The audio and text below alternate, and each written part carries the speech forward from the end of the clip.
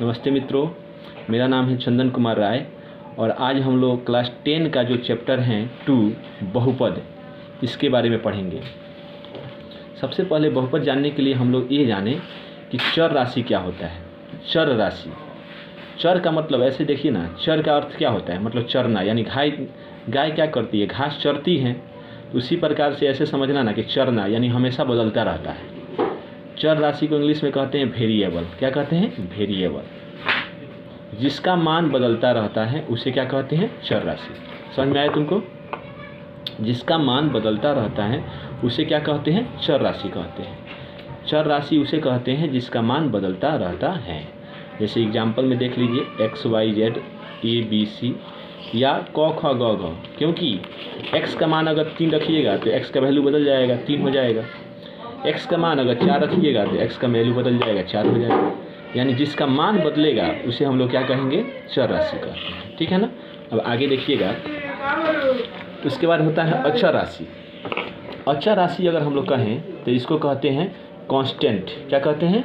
Constant. ठीक है ना? अब कांस्टेंट देखिए, जिसका मान नहीं बदलता है, जिसका मान जिसका मान नहीं बदलता है उसे हम लोग क्या कहते हैं? अचर राशि कहते हैं। ठीक है? जैसे एग्जाम्पल में देखना, 1 2 3 4, ये क्या हो गया? अचर राशि हो गया। जिसका मान नहीं बदलता है उसे हम लोग क्या कहते हैं? अचर राशि कहते हैं। अब आते हैं हम लोग बहुपद पर। देखना, बहुपद वे होते हैं कि बहुत पद। बहुपद का अर्थ क्या हुआ? बहुत पद। बहुत सारा पद मिल करके जब बन जाएगा ना एक पद, तो हो जाएगा बहुपद। देखिएगा, चर और अचर राशि यदि जोड़ और घटाव, गुणा, भाग से जोड़ दिया जाता है तो उसे हमें क्या होता है? बहुपद का निर्माण होता है। यानी उसमें जोड़ भी हो सकता है, घटाव भी हो सकता है, गुणा भी हो सकता है या भाग भी हो सकता है। जैसे देखिएगा 3x + 5, ये क्या कहलाएगा? बहुपद। और देखिए, सबसे इम्पोर्टेंट ये है, परीक्षा में पूछेगा कि बहुपद कौन नहीं होगा। बहुपद होगा ये तो हम जानते हैं कि चर या अचर में अगर जोड़ देंगे ए बी सी तो बहुपद होगा, लेकिन बहुपद कब नहीं होगा ये सबसे इम्पोर्टेंट है। तो देखिएगा, बहुपद नहीं होगा यदि चर बटा में हो, यानी 1/x नहीं होना चाहिए। 1/x अगर टर्म आ जाएगा तो वो बहुपद नहीं होगा। ठीक है? चर रूट में नहीं होना चाहिए, यानी √x नहीं होना चाहिए। अगर क्वेश्चन में √x आ गया तो बहुपद नहीं होगा। चर का घात जो है ऋणात्मक नहीं होना चाहिए, मतलब x का पावर अगर -2 आ जाएगा तो भी बहुपद नहीं होगा। समझ में आया? बहुपद कब नहीं होगा? चर बट्टा में हो तब नहीं होगा, रूट में हो तब नहीं होगा, और चर का घात निगेटिव नहीं होना चाहिए। अब देखिएगा, बहुपद के प्रकार अगर देखें तो एक होता है रैखिक बहुपद। रैखिक बहुपद क्या होगा? जिसका अधिकतम पावर 1 हो।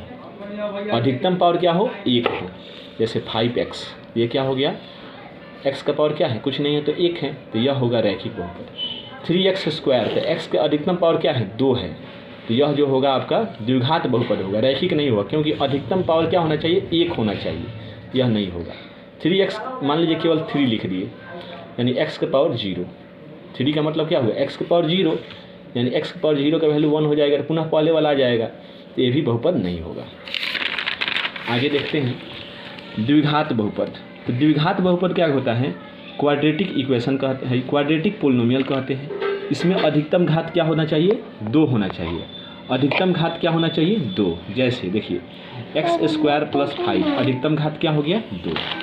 x² + 3x + 6, ये भी क्या होगा? अधिकतम घात 2 होगा। x² + 5x + 8, ये भी क्या होगा? द्विघात।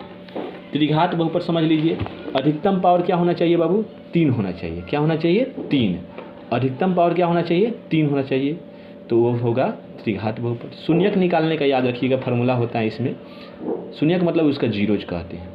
अल्फा प्लस बीटा बराबर क्या होता है? -b/a, और अल्फा × बीटा बराबर होता है c/a।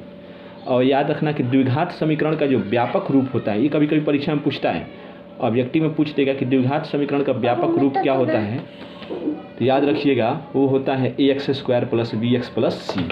अब जैसे क्वेश्चन है 5x² + 3x + 5 का शून्यक निकालना है, तो देखिएगा x² का कोफिशिएंट क्या है? 5, तो a का मान हो गया 5, b का मान क्या हो गया? देखिए 3 हो जाएगा, c का मान क्या हो जाएगा? 5, तो देखो अल्फ़ा प्लस बीटा निकालेंगे तो -b/a, तो -3/5। अल्फ़ा इंटू बीटा निकालेंगे तो c/a, 5/5 क्या हो जाएगा 1। आशा है आप लोगों को ये वीडियो समझ में आया होगा, और बहुपद से संबंधित आगे क्वेश्चन और भी हम लोग देखेंगे। वीडियो में बने रहने के लिए धन्यवाद। Thank you so much.